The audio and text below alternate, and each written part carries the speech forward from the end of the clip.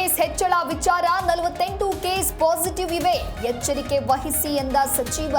ಕೆಲ ಕ್ಷಣಗಳಲ್ಲಿ ಸಿಎಂ ನೇತೃತ್ವದಲ್ಲಿ ಸಭೆ.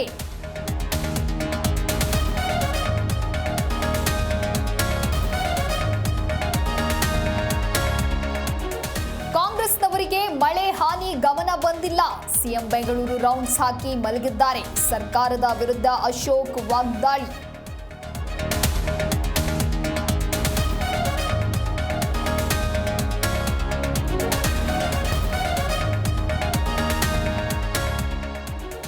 ಇಡಿ ದಾಳಿ ನೋ ಕಾಮೆಂಟ್ಸ್ ಎಂದ ಗೃಹ ಸಚಿವ. ರನ್ಯಾಗೆ 25 ಲಕ್ಷ ಗಿಫ್ಟ್ ಎಂಬ ಡಿಕೆ ಹೇಳಿಕೆಗೆ ಪರಂ ಗರಂ. ಮಾಧ್ಯಮಗಳ ಪ್ರಶ್ನೆಗೆ ಮಿನಿಸ್ಟರ್ ಕೆಂಡ.